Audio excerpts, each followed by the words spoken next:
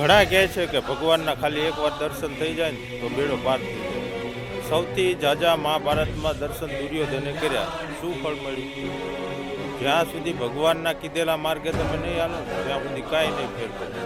કારણ કે સૌથી ઝાઝા મહાભારતમાં કૃષ્ણ ભગવાનને જોયો હતો દુર્યોધન, દાદા ભીષ્મ પિતા ગુરુ દ્રોણ, દુશાસન, બધાએ સૌથી ઝાઝા જોયા હતા.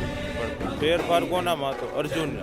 કારણ કે અર્જુન એક જ માત્ર એવો હતો કે જે ભગવાન કૃષ્ણએ કીધું એમ એને કર્યું છે.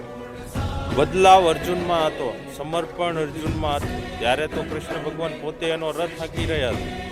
ભગવાનને પ્રેમમાં લઈને આવો કે તમારો પોતાનો રથ ભગવાન પોતે હાંકે, એવો પ્રેમ ભગવાનને કરો કે તમને દર્શન દે. એક દર્શન દુર્યોધને કર્યા હતા અને એક દર્શન અર્જુને કર્યા હતા.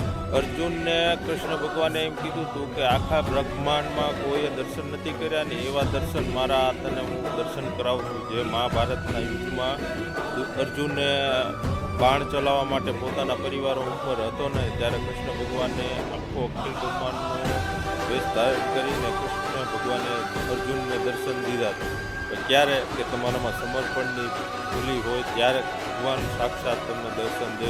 બાકી ધૂપ ઉકેલ્યા પહેરવાથી ભગવાન આવતા નથી.